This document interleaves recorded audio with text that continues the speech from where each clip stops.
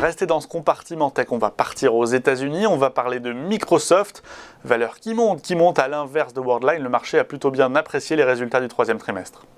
Ça, c'est vrai, c'est peu de le dire parce que Microsoft, effectivement, a inscrit un nouveau sommet historique en bourse hier.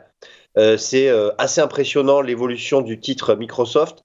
On a progressé de plus de 5% avec l'ouverture d'un gap haussier, l'inscription d'un nouveau plus haut historique. Effectivement, les résultats impressionnent de trimestre en trimestre, puisque le groupe a délivré un chiffre d'affaires de 45 milliards de dollars et surtout un bénéfice net trimestriel, je le rappelle, de 20 milliards. Donc c'est colossal. Ce qui tire essentiellement ces très bons chiffres, c'est bien sûr sa division cloud qui devient la plus grosse partie maintenant de ses bénéfices. Et Azure surtout, qui affiche une croissance de 48%.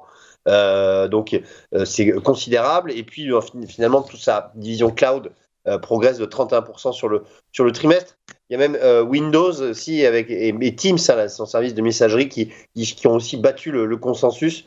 Donc, en fait, tous les voyants sont au vert pour Microsoft. Alors, graphiquement, lorsqu'on regarde l'évolution du titre, on voit qu'on est dans un canal haussier maintenant depuis le début de l'année 2021.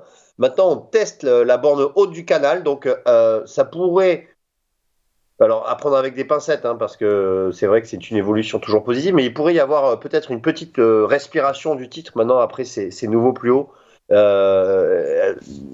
Étant donné qu'on est sur la borne haute du canal, donc ça sera à suivre avec grand intérêt sur Microsoft.